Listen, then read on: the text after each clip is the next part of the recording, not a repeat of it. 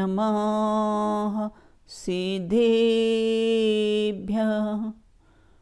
ॐ नमः सिद्धेभ्यः। ॐ नमः सिद्धेभ्यः।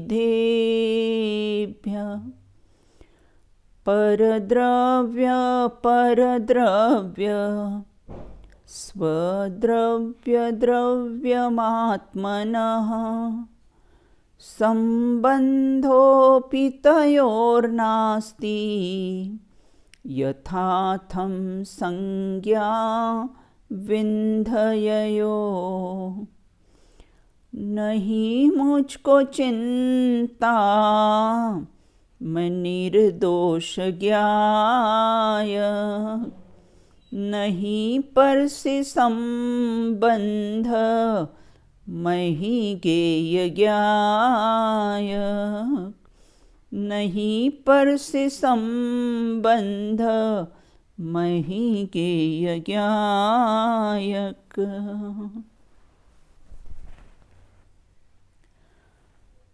असंख्यात प्रदेशी जिनका खेत है,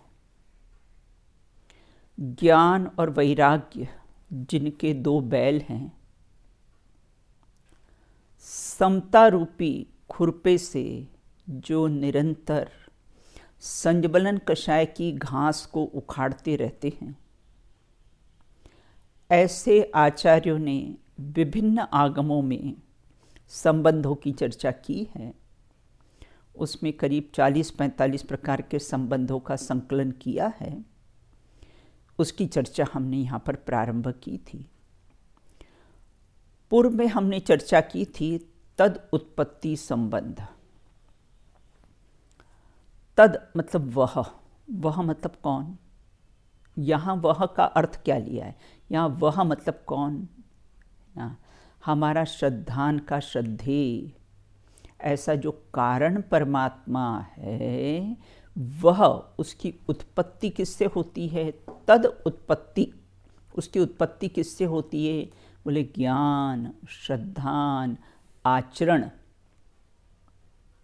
उसी से होगी, है ना। अन्यथा अनुत्पत्ति, और किसी से उसकी उत्पत्ति होने वाली ही नहीं है, क्योंकि साध्य के बिना साधन का नहीं होना ही अन्यथानुत्पत्ति है। उसके बाद उपाय और उपेय संबंध की चर्चा की थी। उपाय क्या है। हमें भूख लगी है तो उसका उपाय क्या है, बोले भोजन। उसी प्रकार से हमें मोक्ष की प्राप्ति करना हो, सुख की प्राप्ति करना हो, तो उसका उपाय क्या है, बोले रत्नंत्र है। और दोनों में कैसा है, उपाय उपेय संबंध है, मोक्ष और रत्नंत्र में। इस प्रकार की चर्चा हुई है। आज हम यहाँ पर चर्चा करेंगे, लक्ष्य लक्षण संबंध की चर्चा करेंगे। लक्ष्य, जीवन में अगर लक्ष्य नहीं हुआ तो प्रत्येक व्यक्ति जीवन में अपना लक्ष्य बनाता है। भाई टेररिस्ट भी अपना लक्ष्य बनाता है। वो वीरप्पन ने भी अपना लक्ष्य बनाया था, 100 हाथियों को मारा था। तो किसी का भी कुछ भी लक्ष्य हो सकता है। प्रत्येक प्राणी यह लक्ष्य बनाता है। लेकिन अपन यहाँ कहते लक्ष्य कैसा होना चाहिए, लक्ष्य कहते किसे हैं। देखो, हमें सुख की प्राप्ति करना है। क्यों करना है, क्योंकि सुख हमारा स्वभाव है। तो अगर उसका बोले सुख का लक्षण क्या है, तो बोले निराकुलता। सुख का लक्षण क्या है, निराकुलता है। कारण शुद्ध परमात्मा। और जैसे हमारा धन कमाना हमारा लक्ष्य, हमने सुख का लक्षण क्या बनाया है, अनाकुलता, आकुलता से रहित। अब हमें धन कमाना है तो क्या होगा, उसमें आकुलता है ना। पहले तो कमाने का, पहले तो कमाओ, दिन रात करके। ये तो सब व्यापारी सर्वश्रुत परिचित अनुभूत है उनको। कमाने का, फिर अब उसको बराबर सेटिंग करो, कहाँ उसको इन्वेस्ट करना है, कहाँ इनकम टैक्स ज़्यादा नहीं लग जाए, और फिर अब उसको सुरक्षित रखो। जमाने का तो 3, कमाने का, जमाने का और फिर गमाने का, अब नष्ट नहीं हो जाए। तो आकुलता है ना इसमें। तो वह सुख का लक्षण नहीं हुआ, धन सुख का लक्षण नहीं हुआ। अब यहां ये कहते लक्ष्य किसे कहते, लक्षण और लक्ष्य। लक्ष्य अगर सुख है तो उसका लक्षण कैसा होगा, निराकुलता। आकुलता बिन कहिए, छड़ाला में आया है ना। तो लक्ष्य किसे कहते हैं, वह वस्तु जिसे पाने का प्रयत्न किया जाए, उद्देश्य, उसका उद्देश्य, उसका निशाना, संकल्प मन में हो कि हमें उस चीज़ की प्राप्ति करनी है, उसको लक्ष्य कहते हैं। विभिन्न परिभाषाएं अभी आएगी। देखने योग्य, प्रत्यक्ष जानने योग्य।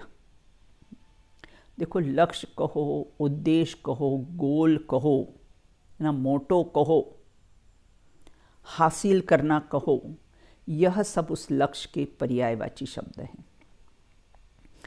और ज्ञानी और अज्ञानी के लक्ष्य में भी अंतर होता है। ज्ञानी भी लक्ष्य बनाता है और अज्ञानी भी लक्ष्य बनाता है।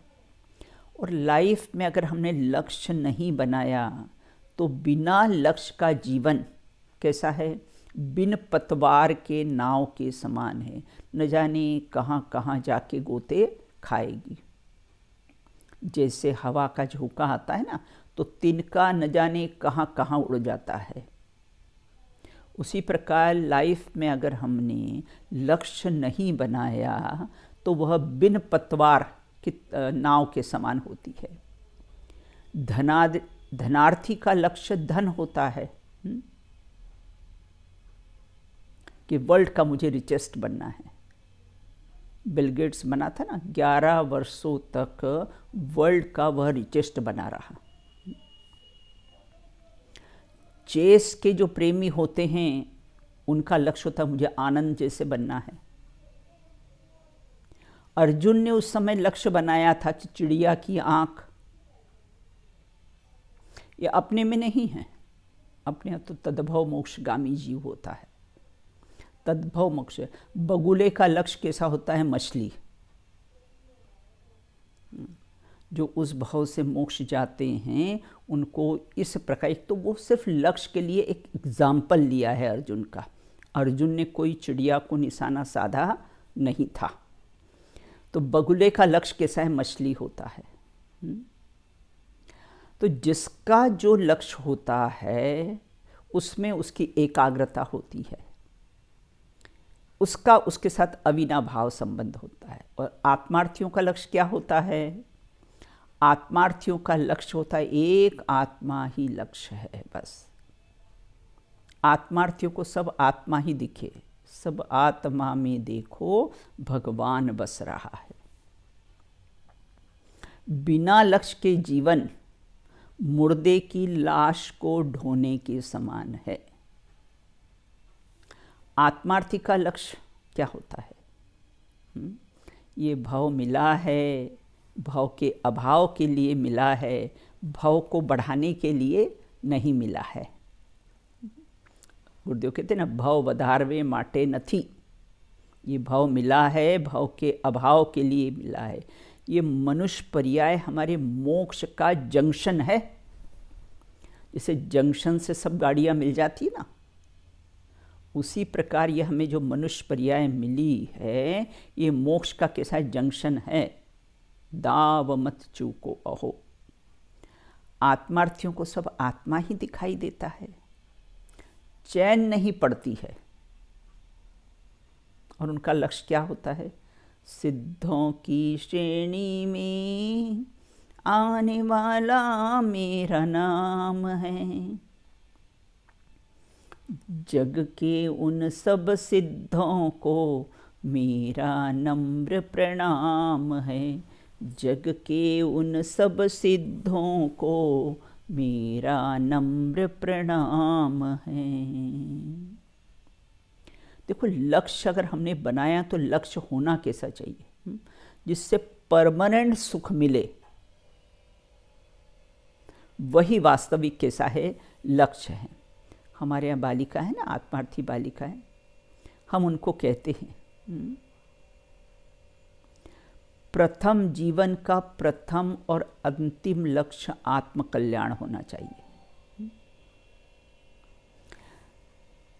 गांधी जी थे ना, गांधी जी की जब उम्र हो गई तब लोगों ने कहा कि गांधी जी अब आपको संन्यास ले लेना चाहिए, अब आपको ये राजनीतिक सब छोड़ देना चाहिए। तब गांधी जी ने क्या जवाब दिया कि आप ऐसा क्यों कहते हो कि वृद्धा अवस्था में धर्म करना चाहिए। बोले अच्छा ये बताइए कि इस शरीर में रक्त कब से प्रवाहित हो रहा है। अरे रक्त से तो ही तो बना है, ये बॉडी किससे बनी है, रक्त से ही बनी ना। माता का गंदा ब्लड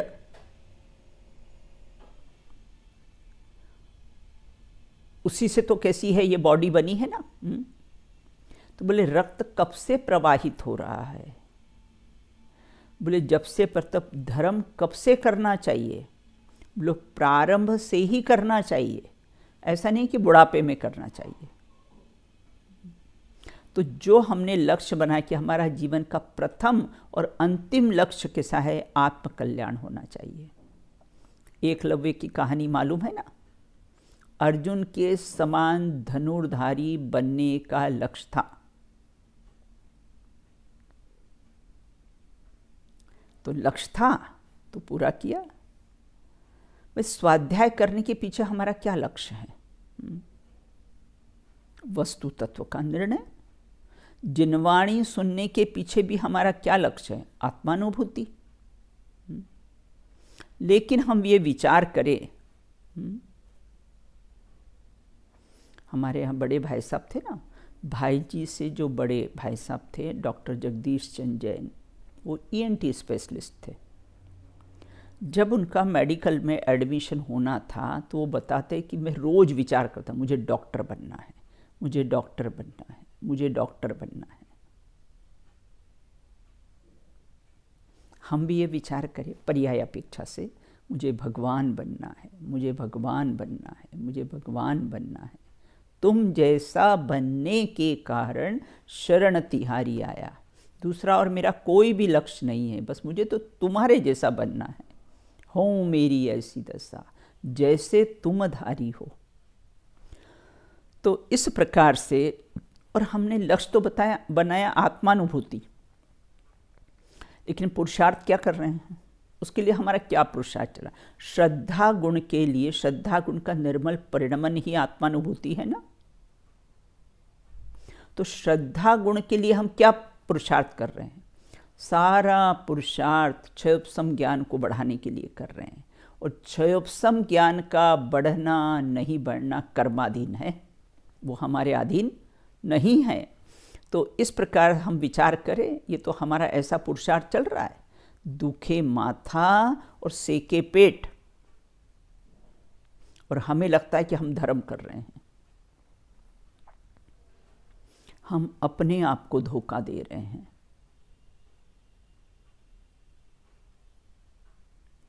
श्रद्धा गुण के लिए, हम निर्मल परिणमन के लिए हमारा क्या पुरुषार्थ चल रहा है। श्रद्धा गुण का क्या कार्य है, अहमपना अहमपना अहमपना। तो हमारा अहमपना किस में हो रहा है, क्षयोपशम ज्ञान में। तो इस प्रकार से जीवन में अगर हमने लक्ष्य बनाया है तो वह लक्ष्य कैसा होना चाहिए, परमानेंट होना चाहिए, परमानेंट सुख मिलना चाहिए। वो हमारा कैसा है, लक्ष्य होना चाहिए। बच्चों को भी हम सिखाते हैं ना, क्या सिखाते हैं बच्चों को, देखने वालों को देखो, जानने वालों को जानो। क्या कहते हैं, कि देखने वाले को देखना चाहिए, जानने वाले को कैसा है जानना चाहिए, ये लक्ष्य होना चाहिए। बच्चों को, छोटे छोटे बालकों को सिखाते, मुझे देखना है आत्मदेव कैसा है, कैसा है क्या करता है, मुझे देखना है आत्मदेव कैसा है। दो व्यक्तियों का आपस में झगड़ा हो रहा था। जब भी झगड़ा होता ना, पहले वाक युद्ध होता है, फिर हाथ से युद्ध होता है। तो पहले वाक युद्ध हुआ, फिर हाथ से युद्ध हुआ। एक ने दूसरे के कंधे पर हाथ रखा कि मैं तुझे देख लूंगा, और दूसरे ने भी ऐसा ही कहा कि मैं तुम्हें देख लूंगा। तो बोले क्या देख लेगा? बोले क्या देख लेगा? मैं तुम्हें आत्मा देख लूंगा। और उसने भी कह दिया कि मैं तुम्हें आत्मा देख लूंगा। झगड़ा ही समाप्त हो गया, युद्ध ही समाप्त हो गया। जब एक दूसरे को आत्मा देखेंगे तो युद्ध ही कैसा है, समाप्त हो जाता है। देखो, स्वामी विवेकानंद जी थे ना, उनका भी एक वाक्य था, उठो जागो आगे बढ़ो, जब तक कि अपने लक्ष्य को हासिल नहीं कर लो। वहाँ भी पुरुषार्थ की प्रेरणा दी है। पंडित जी कहते हैं ना, अपने बड़े पंडित साहब कहते हैं कि जीवन को पूरा नहीं करना है भैया, सार्थक करना है। जीवन पूरा तो कैसा है, अन्य मत के और ये सब लोग भी कैसा है, अपना जीवन पूरा कर लेते हैं। बचपन कैसा खेल में खोया, जवानी विषय भोगों में और कमाने में खोया, और बुढ़ापा देख कर रोया। हो गई ना ख़त्म कहानी। जन्म सम्यक दर्शन के लिए मिला है, जवानी संयम के लिए मिली है, और बुढ़ापा समाधि मरण के लिए मिला है। लोग कहते हैं कि साहब आप धर्म की बात करते हो, अभी तो मरने की फुर्सत नहीं है। तो हमारे आचार्य कहते हैं कि मरने की फुर्सत नहीं है। बोले ऐसी ऐसी पर्यायों में जन्म हो जाएगा जहाँ पर एक श्वास में 8-10 बार जन्म्यो मर्यो भरियो दुख बार, निगोद में चला जाएगा तो एक श्वास में 18 बार के साथ जन्म मरण होगा। और एक अंतर मुहूर्त में 66,036 क्षुद्र भव, मतलब छोटे भव, और कहीं तो कैसे अल्प भव हैं, गर्भ में ही मृत्यु हो जाती है, जन्म लेते ही मृत्यु हो जाती है, और मनुष्य भव का फिर एक भव समाप्त हो जाता है। देखो हम लोग कितने सेल्फिश, कितने स्वार्थी हैं। मैं विचार करती हूँ कि 70-80 साल 90 साल यहाँ पर जीते हैं, मेरा मेरा करते हैं, और इस भाव में अगले भाव जाने में सारा विस्मरण, भुलाने में कितना समय लगता है। हम अपना ही सोचें, हमें याद है कि पूर्व भाव में हम कहाँ थे, कौन माता पिता थे, कहाँ हमारा घर था, कुछ याद नहीं है। तो हम कितने स्वार्थी हैं। मोक्ष मार्ग प्रकाशक में तो ऐसा लिखा है, इस पर्याय की स्थिति थोड़े काल की है। जो मनुष्य पर्याय मिली ना, इसकी स्थिति तो कितनी है, थोड़े काल की है। देखो उन्नति वही कर सकता है जो अपने को उपदेश देता है। भरत जी थे ना, उन्होंने स्वयं को उपदेश दिया था। क्या? चेत भरत चेत, यह भव चला जाएगा। चेत भरत चेत, अपना स्वयं का नाम लेके ही अपने को ये विचार करना चाहिए कि इस प्रकार से ना, महल में घंटे लगा रखे थे ना कि चेत भरत चेत, भव चला जाएगा। चला क्या जा रहा है, चला ही गया है, बचाई क्या है, बोनस में जी रहे हैं अब तो। मनुष्य भाव का सबसे बड़ा ड्रॉबैक क्या है, हमें मालूम नहीं आयुष कर्म के निषेध कब समाप्त हो जाए। कल ही हमारी एक बहन थी, मालूम पड़ा हार्ट फेल हो गया उनका। और कब यह मनुष्य पर्याय के आयुष कर्म के निश्चय कब खिर जाए पता नहीं है। मैंने अपना मोबाइल है ना, उस मोबाइल में जो रिंगटोन डालते ना, तो मैंने वो रिंगटोन डाल रखी है, राजकुमारी चेतो चेतो भव चला जाएगा, राजकुमारी चेतो चेतो भव चला जाएगा। और ये प्रेरणा मुझे किससे मिली? जब मैंने भरतेश वैभव पढ़ा ना, मैंने कहा वो भरत जी ने अपने महल में स्वयं को चेताने के लिए घंटे लगा रखे थे। तो उसी से कैसी है प्रेरणा मिली है।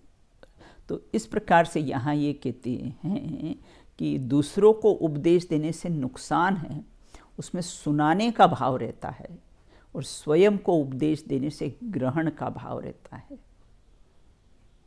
देखो, जीवन में भी व्यर्थ की उलझनों से बचना हो तो कैसा है, मौन रहो। आचार्य उपदेश देने का भाव उन्मत्त चेष्टा कहते हैं। आचार्य कहते हैं उपदेश देने का भाव कैसा है, उन्मत्त चेष्टा है, पागलपन है। सुनो, समझो और समा जाओ। बाहर कहने के लिए रुके ही नहीं। वो मल्लीनाथ तीर्थंकर सुना, समझा और समा गए, बस। बाहर कहने के लिए कैसे हैं, रुके ही नहीं हैं। नियम सार में तो ऐसा लिखा है, मुख केवली मन और वाणी से अति दूर हैं। और कैसे हैं मुनिराज, इष्टोपदेश में लिखा है, बोलत बोलत नाही, चालत चालत नाही। कि बोलते बोलते भी कैसे हैं, बोलते बोलते भी बोलते नहीं हैं, वाणी क्या करता है। चलते चलते भी कैसे हैं, चलते नहीं हैं, स्वरूप में स्थिर रहते हैं। तो इस प्रकार से यहाँ कहते हैं, हम बैठे अपने मौन सो, कौन बिगाड़े बोल सो। पानी के बुलबुले में सुबह खिला ना, पानी का जो बुलबुला होता है ना, वो सुबह खिले हुए फूल से कहता है। पानी का बुलबुला सुबह खिले हुए बुलबुले से कहता है। क्या कहता है? तुम अभिमान मत करो, इस उपवन में तुम जैसे बहुत से फूल खिले हैं, मुरझा गए हैं, पैरों के तले रोंदे गए हैं, स्वीपर ने उठा के डस्टबिन में डाल दिया है और कूड़े के ढेर में आग लगा दी गई है, जलाकर राख कर दिया गया है। इसलिए इन संयोगों का अभिमान मत करो। अपने ही पुत्र अपने को कैसे आग लगाएंगे। जिसके हाथ बचपन में चूमे थे, वे तेरी अर्थी उठाएंगे और कंधा बदल बदल कर मरघट तक पहुंचाएंगे। तो लक्ष्य क्या है? तो लक्ष्य ऐसा होना चाहिए जो सबसे ऊंचा हो और जो कभी दृष्टि से ओझल नहीं हो।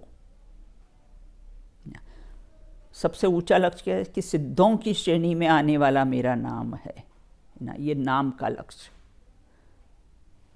उसके बाद फिर प्रतिष्ठा का लक्ष्य है ना, बहुत प्रतिष्ठा चाहिए। यहाँ कहते प्रतिष्ठा का लक्ष्य ज्ञानम ज्ञाने प्रतिष्ठते, बस ज्ञान ज्ञान में प्रतिष्ठित कर ले, बस वो प्रतिष्ठा का लक्ष्य होना चाहिए। दर्शन का लक्ष्य, तुम जैसा बनने के कारण शरण तिहारी आया। पूजन का लक्ष्य, जहां पूज्य पुजारी का भेद ही मिट जाए। स्वाध्याय का लक्ष्य, स्व का ज्ञान हो, स्व का श्रद्धान हो और स्व में लीनता हो।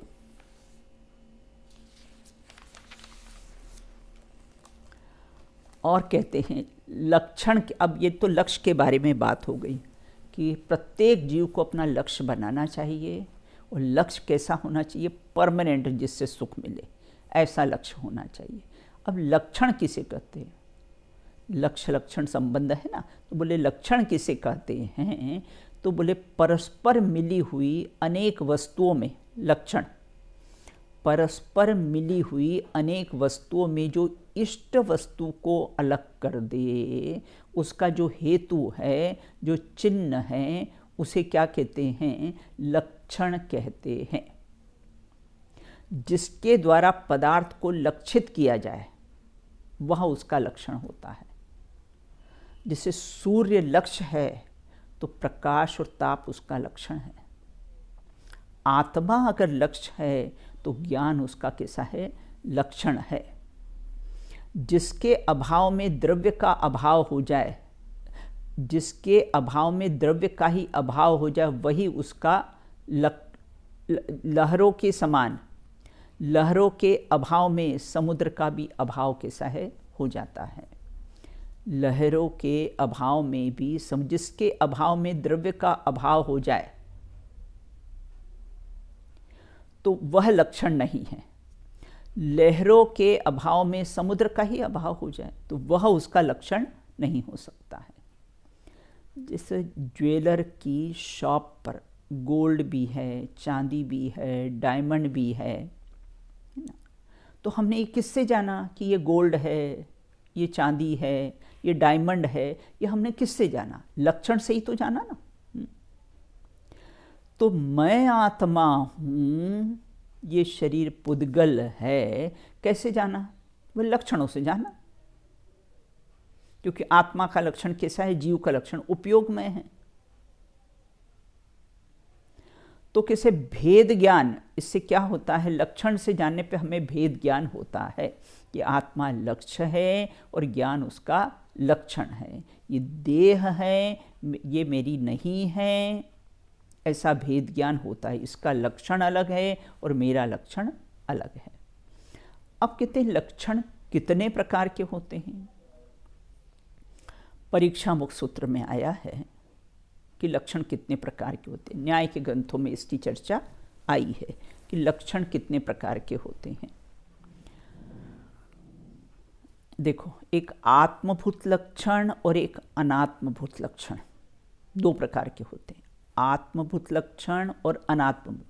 जो लक्षण वस्तु में सम्मिलित हो वह तो आत्मभूत लक्षण है। जैसे अग्नि का लक्षण हमने उष्णता बनाया तो वह अग्नि में ही सम्मिलित है। सूर्य का लक्षण हमने प्रकाश और ताप बनाया तो वह उसमें ही कैसा है, गर्भित है। आत्मा का लक्षण हमने ज्ञान बनाया तो कैसा है, वह उसी में सम्मिलित है, उसको भिन्न नहीं किया जा सकता है। तत्वार सूत्र में जीव का लक्षण उपयोगो लक्षणम, उपयोग जीव का लक्षण है। देखो, ज्ञान ज्ञेयों का नहीं, क्या कहा, जो ज्ञान होता है, जो ज्ञेय पदार्थ दिखते हैं उससे ज्ञान नहीं होता है। हमने भगवान की प्रतिमा को देखा इसलिए भगवान का ज्ञान हुआ, ऐसा नहीं है। भगवान की प्रतिमा के आगे तो माइक भी रखा हुआ है, टेबल भी रखी, फिर उसको क्यों नहीं ज्ञान होता। तो ज्ञान ज्ञेयों का नहीं, ज्ञेयों से नहीं, क्योंकि ज्ञेयों में नहीं। ज्ञान इंद्रियों का नहीं, इंद्रियों से नहीं, क्योंकि इंद्रियों में नहीं। ज्ञान शुभ राग का नहीं, राग से नहीं, क्योंकि राग में ज्ञान है नहीं। ज्ञान प्रकाश का नहीं, प्रकाश से नहीं, क्योंकि प्रकाश में नहीं। फिर ज्ञान किसका है, बोले ज्ञान आत्मा का है, आत्मा से है, क्योंकि आत्मा में है। आत्मा ज्ञान स्वरूप है, ज्ञानादन्यत करोति किम, वो ज्ञान के अलावा कैसा है, कुछ करती ही नहीं है। तो इस प्रकार से यहाँ ये कहते हैं कुछ कर सकते नहीं, क्योंकि आत्मा के हाथ नहीं होते ना कि जो कुछ करे, अन्य करे तो जड़ हो जावे। देखो, घ्राण इंद्रिय ना, जिसमें दो छिद्र हैं अपने, अगर एक नाक ब्लॉक हो जाती है तो दूसरी नाक उसमें कोई भी सहायता, मदद वगैरह कुछ भी नहीं करती है। उसी प्रकार से कैसा है, अन्य पुद्गेय कैसा है, ज्ञान में कुछ भी कर सकते नहीं है। ज्ञान ज्ञान से ही होता है, ज्ञेयों से नहीं होता है। आत्मा का निश्चय करने से परद्रव्य से मेरा कुछ भी संबंध नहीं है। अभी अपन लास्ट में पढ़ेंगे, नास्ति सर्वोपि संबंध। अंतिम अपना संबंध है नास्ति सर्वोपि संबंध। समय सार का 200वां कलश है। तो मेरा परद्रव्यों से, मेरा ज्ञेयों से कुछ भी संबंध नहीं है। आत्मा में ही ज्ञान सम्मिलित है, भिन्न नहीं किया जा सकता है। कौन सा बॉडी बिल्डर लाएं जो कैसा है दोनों को भिन्न भिन्न कर सके, आत्मा को और ज्ञान को भिन्न भिन्न। शरीर और आत्मा तो भिन्न भिन्न ही हैं, उसको भिन्न करना नहीं है। देखो, जैन दर्शन के बॉडी बिल्डर कौन है? आपने सुना हो जैन दर्शन के बॉडी बिल्डर कौन है? हनुमान जी, सौधर्म इंद्र, ये कैसे हैं? बॉडी बिल्डर हैं। हनुमान जी जब लंका में गए थे ना सीता जी को ढूंढने के लिए, तो लंकेश अर्थात रावण सिंहासन पर बैठा था और इन्होंने परमिशन नहीं ली, बिना परमिशन के ही उस राज्यसभा में प्रवेश किया इन्होंने। रावण बहुत नाराज हो गए कि बिना परमिशन के यहाँ पर कौन आ गया। बंदी बना लिया जाए इनको। तो सारी रस्सियों से लपेटकर उसको बंदी बना लिया। इधर हनुमान जी कैसे हैं? मुस्कुरा रहे थे और उन्होंने थोड़ा सा ऐसा हाथ हिलाया कि सारे रस्सी के बंधन टूट गए।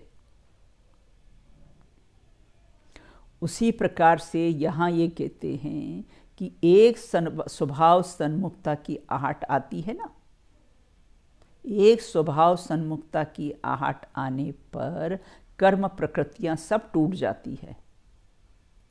ये सौधर्म इंद्र है ना, वो भी बॉडी बिल्डर। जम्बूद्वीप 1,00,000 योजन का है, उसका 190वां भाग 526 6/19 इतना भरत क्षेत्र का विस्तार है। और सौधर्म इंद्र का शारीरिक बल इतना होता है कि पूरे जम्बूद्वीप को ऐसा बॉल की तरह घुमा देता है। घुमाता नहीं है, इतनी शक्ति है। तो उसको कैसा है, पूरे बॉल की तरह घुमा देता है, लेकिन घुमाता नहीं है, उसको कभी विकल्प नहीं आता। शक्ति है उसकी बिल्कुल। वो तो तद्भव मोक्षगामी जीव हैं। ज्ञानियों तो संसार के प्रपंच से दूर ही रहते हैं। तो ये तो हुआ आत्मभूत लक्षण। आत्मभूत लक्षण किसे कहता है? जो वस्तु में सम्मिलित हो, उसको भिन्न नहीं किया जा सकता है ना। जैसे शक्कर का मीठापन, वह उसका आत्मभूत लक्षण है, क्योंकि शक्कर में से मीठेपन को भिन्न नहीं किया जा सकता। अब दूसरा लक्षण है अनात्मभूत लक्षण, जो वस्तु के स्वरूप में सम्मिलित नहीं होता है, उसे अनात्मभूत लक्षण कहते हैं। अन मतलब नहीं, आत्म 3 शब्द है, अन आत्म। अन मतलब नहीं, आत्म मतलब वस्तु स्वरूप में, और भूत मतलब होना। जो वस्तु के स्वरूप में नहीं है उसे अनात्मभूत लक्षण कहते हैं। अब हमने आत्मा का लक्षण राग बताया। आत्मा का लक्षण अगर हमने राग बनाया तो 13वें गुणस्थान में राग कहाँ रहता है? वहाँ तो वीतराग स्वरूप अहम, तो वह उसका कैसा है? अनात्मभूत लक्षण है। 4 घातीय कर्मों का अभाव, वह अनंत दशा, तो यह उसका अनात्मभूत लक्षण है, क्योंकि यह 4 घाती कर्मों का अभाव वस्तु के स्वरूप में सम्मिलित नहीं है। ये तो अभाव रूप निमित्त है। मुनि का लक्षण हमने नग्नता बनाया, लिखा ही हुआ है। कहाँ लिखा है? अष्टपाहुड़ में लिखा है नग्गो सो मोक्ष मग्गो, नग्नता ही मोक्ष का मार्ग है। तो मुनि का लक्षण हमने बनाया नग्नता, तो क्या दोष आएगा? पशु भी नग्न, बालक भी नग्न, कुंभ के नागा बाबा होते ना, वो भी नग्न होते हैं, और हम भी स्नान करते हैं तो नग्न रहते हैं। तो इस प्रकार से यहाँ ये कहते हैं। और हमारे सनावद में एक लड़का था, थोड़ा मेंटली डिस्टर्ब था, उसको जब भी कपड़े पहनाओ फाड़ के फेंक देता था। मतलब 22-23 साल का हो गया था, वो नग्न ही रहता था। तो अगर हमने नग्नता मुनि का लक्षण बनाया तो फिर उसे भी मुनि मानना पड़ेगा, उसको भी पड़गान करना पड़ेगी, बिल्कुल। लेकिन लक्षण कैसा होता है? निर्दोष होना चाहिए, जो अतिव्याप्ति, अव्याप्ति और असंभव दोष से कैसा है? रहित होना चाहिए। अगर ये दोष हैं तो वो लक्षण नहीं, कैसा है? लक्षणाभास है। अतिव्याप्ति, जो लक्ष्य और अलक्ष्य दोनों में पाया जाए। जैसे हमने गाय का लक्षण पशु बताया, तो गाय भी पशु, भैंस भी पशु, घोड़ा भी पशु, तो ये लक्षण कैसा है? सही नहीं है। हमने आत्मा का लक्षण अमूर्तिक बताया, तो अन्य 4 द्रव्य भी कैसे हैं? अमूर्तिक होते। मात्र पुद्गल ही कैसा है? मूर्तिक होता है, तो वह उसका अनात्मभूत लक्षण है। क्योंकि लक्षण कैसा होता है? निर्दोष होना चाहिए। अब प्रश्न ये उपस्थित होता है, लक्षण को जानने की क्या आवश्यकता है? क्यों हम लक्षण को जानें? हमें तो लक्ष्य की प्राप्ति करना है, तो हम लक्षण को क्यों जानें? लक्षण निर्दोष होता है और उससे लक्षण से ही लक्ष्य की पहचान होती है और प्राप्ति होते हैं। जैसे हमें भगवान बनना है, ये हमारा लक्ष्य है। तो अगर हमें भगवान बनना है तो हमने ये कैसे जाना कि ये भगवान हैं? क्योंकि वीतरागी हैं, उनका लक्षण जाना, इसलिए नमस्कार करने योग्य हैं। वीतरागी हैं इसलिए कैसे हैं? नमस्कार करने योग्य हैं। अगर लक्षण को नहीं जाना, अगर हमने ये लक्षण को नहीं जाना कि भगवान वीतरागी होते हैं, ये लक्षण नहीं जाना, तो फिर क्या होगा? हम मंदिर, अन्य मत के मंदिर, मस्जिद, गुरुद्वारा, है ना, सब में जाएंगे और वहाँ नमस्कार करेंगे, और फिर क्या होगा? हमारे वीतराग भगवान से दूर हो जाएंगे, ठगाए जाएंगे। विश्व धर्म की जय बोलेंगे अगर हमने कैसा है? लक्षण नहीं जाना, तो ग्रहित मिथ्यात्व पुष्ट हो जाएगा। सदा संसार में जन्म मरण करते रहेंगे। इसलिए लक्षण जानना कितना जरूरी है। देखिए, यूएस में सबसे पहले जैन मंदिर क्यों बना? क्या कारण है? कोई एक जैन परिवार का बालक था, उसने अपने पापा से कहा कि पापा मैं चर्च जाऊं। तब उसके पापा को ख्याल आया, अरे अगर आज यहाँ जैन मंदिर होता तो ये बालक चर्च जाने की बात नहीं करता। तो इसलिए पहला जैन मंदिर वो इसी भावना से वहाँ पर ये पहला जैन मंदिर बना है। देखो, सुख का लक्षण नहीं जाना तो क्या दोष आएगा? सुख प्राणी मात्र का प्रयोजन है ना। अगर हमने सुख का लक्षण नहीं जाना तो क्या दोष आएगा? क्योंकि सुख का लक्षण निराकुलता है। तो जो संयोगों की अनुकूलता को ही सुख मानने लगेंगे, इंद्रिय जनित सुख को ही कैसा है? सुख मानने लगेंगे। मंद कषाय को ही में ही कैसा है? हम सुख मानने लगेंगे। तो इस प्रकार से और कैसा है? बहुत से लोग बोलते ना, शादी में सुख है, शादी करते हैं, बोले नहीं माने तो करके देख लो कितने सुखी हो जाओगे। शादी बर्बादी है और ब्रह्मचर्य व्रत सिद्धों की आबादी है। तो इसलिए अगर शादी को लक्ष्य माना तो कैसा है? इससे लक्ष्य की प्राप्ति के लिए लक्षण जानना बहुत आवश्यक है। क्योंकि लक्षण से ही लक्ष्य की प्राप्ति होगी। अगर लक्षण को नहीं जाना तो लक्ष्य का यथार्थ ज्ञान नहीं होगा। भाई आत्मा का स्नान ज्ञान जल से ही होता है, ज्ञान लक्षण से ही आत्मा रूपी लक्ष्य की प्राप्ति होती है। सम्यक्त्व लक्षण के अभाव में, अगर लक्षण सम्यक्त्व नहीं हुआ ना, सच्चा लक्षण नहीं जाना, तो सम्यक्त्व लक्षण के अभाव में स्वपर को एक जानकर अनंत दुखी हो जाएगा।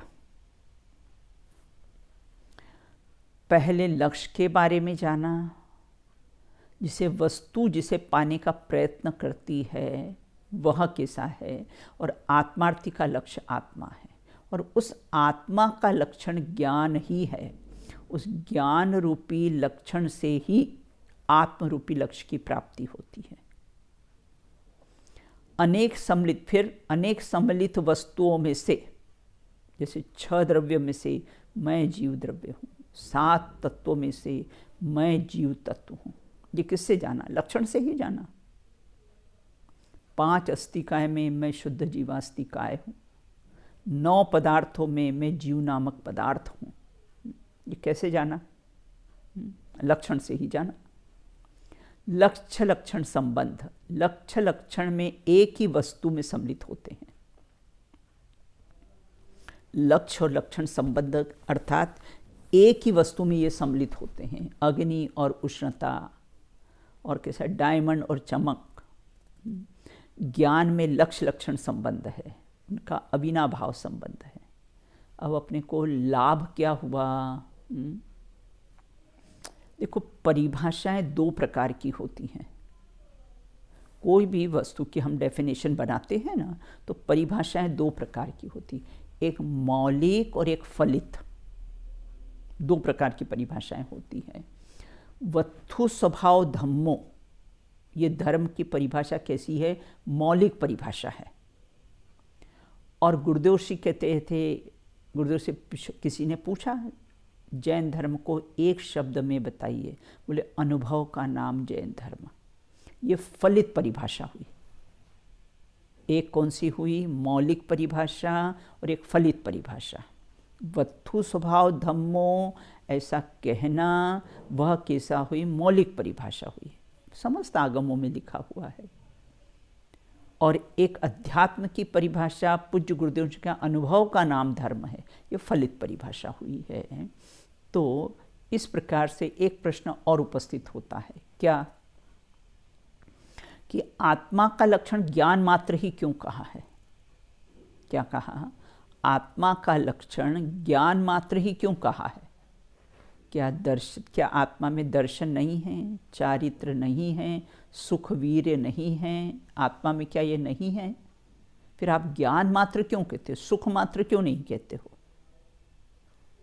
देखो, आत्मा में ज्ञान, दर्शन, चारित्र, सुख सब हैं, है ना। ज्ञान मात्र इसलिए कहा गया है कि ज्ञान ही ने तो जाना है कि आत्मा में सुख है, वीर्य है, चारित्र है, अनंत गुणों का सामर्थ्य शक्तिवान आत्मा। ये जाना किसने? ज्ञान ने ही जाना। तो इसीलिए ज्ञान मात्र कैसा है आत्मा कहा है, और आत्मा का लक्षण कैसा है ज्ञान बताया गया है।